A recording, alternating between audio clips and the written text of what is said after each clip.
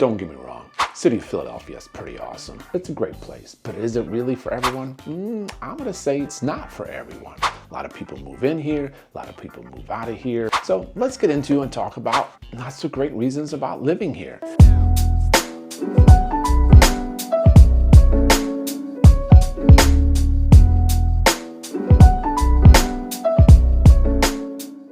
Obviously, number one, these are no particular order, but we're going to start out reason number one, high crime rates. Yes, there's a lot of crime here. There's no ifs, ands, and buts about it. We are probably the fifth largest city in the United States. So yeah, we have crime. And yes, we have a lot of crime. Now, I will say, unfortunately, the former mayor, Mayor Kenny of Philadelphia, was very soft on crime. Yes, he was. There's no denying he was soft on crime. We got a new mayor and she's quite literally kicking ass. She made it a top priority of hers to fight crime. So is crime up? No. Is it high? Yes, but it's slowly but surely coming down. You know, it does put it in a negative light. There are some areas that they aren't the greatest. We have such areas, Kensington Street, Frankfurt Avenue. You don't want to go there. There's parts there you do not want to be yet. Former mayor decided that it was a good idea to kind of corral, you know, all the drug users and drug addicts and drug pushers, and they kind of pushed them into that section. It was like Fenty City kind of thing, or Fenty Street. You had people with the Fenty wall. Yes, you could be driving down Frankfurt Avenue and you're sitting at a traffic light, and next thing you know, there's an individual bumping into your car and not knowing that they bumped into your car because they were pretty high. And there's the old Fenty walk where they lean down and their eyes are kind of sort of open and they're walking like zombies. It was kind of like zombie city down there. And, you know, fortunately for us, the mayor came along and said no more. She came along and kicked a lot of people out, moved them along, put them in, had them look for treatment, put them in treatment centers, put them in homeless shelters, kind of moved them out. Now, there's still some activity going on over there, but it's not even close to where it was. So yes, it's not the area to go to over there in Kensington. I would avoid it. People go, oh, is it safe? Well, you tell me if it's safe when they're sleeping in the middle of the street and you're kind of like, nothing you can do but go around them. And yes, there's police down there, but you know, the former mayor instructed them to leave them alone because we kind of got them all grouped together and we could keep an eye on them. You know, so it wasn't the greatest. It's definitely gotten better. And yes, there are other neighborhoods such as North Philly that aren't the greatest. Again, high crime rates, still very high. And you know, that will change. When I moved here back in 1999, it was pretty bad. And then it got better and now it got worse and now it's getting better again. So it kind of goes in waves, it comes and goes. So, you know, reason number one would be crime. You know, it is what it is. It's not Lancaster. It's not the city of the Amish, which probably has crime too, but probably different kind of crime than we have and a lot less of it. So it comes with a big city. Living in the big city will have crime, and it's just the way it is. So let's get on to reason number two, taxes. Oof, taxes, taxes, taxes. We do have high taxes here. The tax system here is a little weird. And I'll say that it is a little strange because you do have city wage tax, which if you are a resident of the city of Philadelphia, the city wage tax is about 3.7 as of 2025. If you're a non-resident, in other words, you live outside the Philly but work in Philly, it's 3.39. So you have that aspect. You also have what's called transfer tax, and that's important to remember when you're buying or selling your home. Obviously, if you are thinking about moving here or you're moving out of here, this is the guy right here, this guy. My information. Seriously, take 2 seconds, write it down, cell phone number, email address, check me out, reach out to me and say, hey, we're moving to Philly. Hey, we're moving out of Philly. I'm your guy. Anyway, let's get back to talking about taxes. We talked about city wage taxes, non-resident, resident, but you also have a transfer tax. Right now it's 4.28. I have heard grumblings in 2025 with the new budget. They're actually going to raise it to 4.57. We are already very high when it comes to transfer taxes in the city of Philadelphia, and that's all of the county. And it's weird too because if you go outside of the county, there's parts of Delaware County, it's 2.5 actually. 1.25 for the buyer, 1.25 for the seller. Other suburban areas is 2% split between the buyer 1% and the seller 1%. Philadelphia right now is 4.28, 2.14 for the seller, and 2.14 for the buyer. Again, keep an eye out. It's probably going to go up 4.28 to 4.7. So you have that aspect of things. So that also makes it a little bit interesting when it comes to the taxes. Now, another thing is the yearly real estate taxes around here. I know a lot of people from out of state will come here, especially from the higher taxed areas such as New York State. We'll use that as an example, or even New Jersey, because we're kind of, right next to us. They're shocked at how low the taxes are in real estate. Yearly real estate taxes aren't in Philadelphia County, all over Philadelphia. Yes, there are homes. I've sold homes. I have helped people buy homes where the yearly tax is like $1,200 a year. Are they in the greatest neighborhoods? Well, if crime is one of your concerns, maybe that's not a house you want to be looking at. Now, there are some that are higher, 3,200, 6,500, 7,000. Those are different areas. Now, obviously, it's based on the yearly tax rate is based on the city assessment of the house. Putting it out there. We'll say this, which leads me to our next topic, which we're going to talk about schools. When it comes to the suburbs, taxes are usually higher. Well, they're higher because how they run, but they also, with the higher taxes, usually better schools, which brings me now to the next thing. So in the city of Philadelphia, lower real estate taxes, which brings me to reason number 3, public school system. Public school system is not the greatest in Philadelphia. It is not. It's simple as that. I could sugarcoat it and say, oh, it's awesome. It is not. Most of the schools around here, there are some great ones. There are some great teachers, not so great teachers, but you have that in any school district. Some school districts have amazing teacher, and that includes Philadelphia County.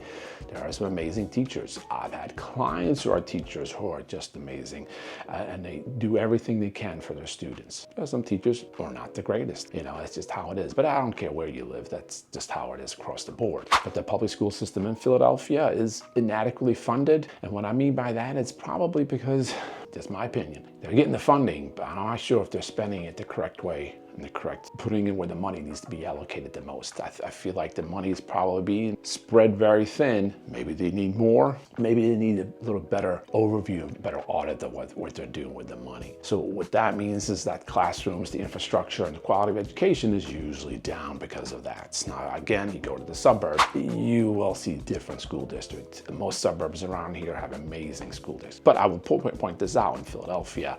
If schooling is important, you definitely want to check out the Julia R. Masterman Secondary School, Central High School, ranked really high. You also have the George Washington High School, Carver High School of Engineering and Science, and the Philadelphia High School are ranked very, very, very high. So what does this mean also for private schools? Well, I can tell you a lot of people that move here, they look at the public system and go, yeah, we're doing private. Some of the private schools out there, Germantown Friends School, Central School, and the Baldwin School are some of the top options when it comes to private schools. A lot of people are doing that. And also, what happens too is that, like during the pandemic, one of the things the pandemic did for us is that people realized that Philadelphia school district wasn't that great. So they then started to do a mass exodus out of Philadelphia and went to the surrounding suburbs because their school districts are and they still are. They were and they are still much better. There are very few school districts out in the suburbs that are not the greatest, especially in Montgomery County and in Bucks County. Most of the schools there are ranked very, very high. Some of them are nationally ranked very, very high. And what happened during the pandemic, people said, oh, screw this Philadelphia school system, we're moving to the suburbs. Which meant what? The demand for houses in the suburbs went up, which meant prices went up. And what happens is, one family went and they loved it out there, and say they went to North Penn School District, moved out there, and they told their friends, like, oh my God, you need to come over here because the school district's amazing. So those people left to join their friends and family that moved to this other school district. Well, what that meant then is that supply went down, demand went up, which also brought a much higher price point. And I know there's people in Philadelphia living right now in Philadelphia would love to leave the city of Philadelphia and move to the suburbs, but they can't because the prices went up so high. Prices like skyrocketed in the suburbs. Areas that weren't, considered great areas in the suburbs, their prices went up a lot. A tremendous, even the not so attractive areas in the suburbs, their prices increased by, some of them hundreds, some of them several $100,000 because people just got so desperate trying to get out of the city of Philadelphia. So, one of the two things, that's one of the many things you got. Like I said, taxes, crime, public school system, not the greatest. Reason number 4, one of my favorites, traffic and parking. Traffic and parking. It's always my thing when it comes to Philadelphia.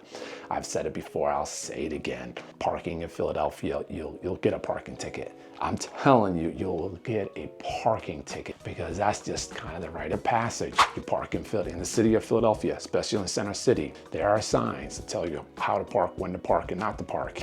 Sometimes these poles, these parking poles, they have probably 3 or 4 different signs on there. You got to interpret them what they all mean. And there's different times, different days. They'll throw in their permit. You know, the permit is really needed, but they'll say, oh, you can park here, you know, Wednesday from 3 to 4.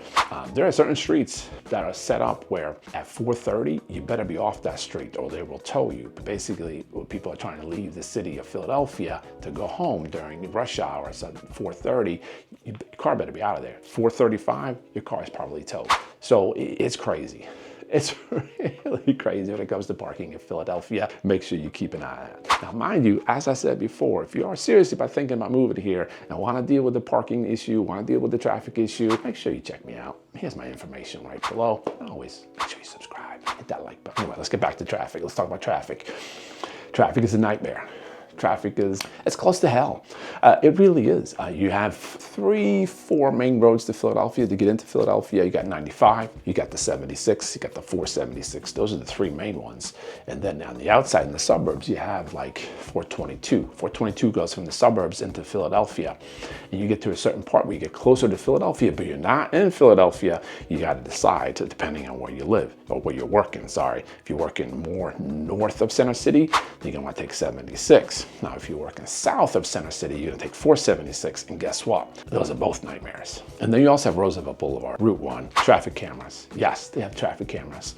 They have high-speed traffic cameras, and they have red light traffic cameras. They used to just have red lights, and then they said, oh, it's too many accidents, too much speed driving. So now they put traffic camera lights there. And I might have gotten a ticket or 2, and it's usually about $100 each. So yeah, they mail it to you. Don't worry. They'll take a nice picture of your car, nice picture of your license plate, and they'll mail it to you and say, here you go, you owe us $100. It's a nightmare. Also, the public transportation, we have what's called SEPTA. We have it, it's there at the bus. That's basically the bus system and the subway system. And I will tell you, as of 2025, they're actually talking about cutting back routes and raising fares, which is not going to be very attractive when it comes to the subways and the buses. And it's weird too, because the subways usually end around midnight. So then it's like, all right, you either take a bus or you take Uber or Lyft or a cab.